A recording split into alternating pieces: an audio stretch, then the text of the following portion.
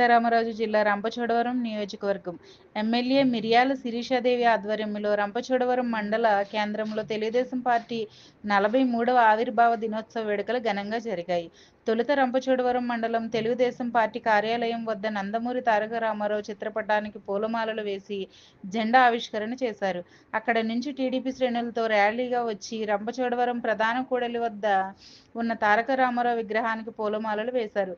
ఈ సందర్భంగా ఎమ్మెల్యే శిరీషాదేవి మాట్లాడుతూ తెలుగుదేశం పార్టీ కుటుంబ సభ్యులందరికీ పార్టీ ఆవిర్భావ దినోత్సవ శుభాకాంక్షలు తెలియజేశారు.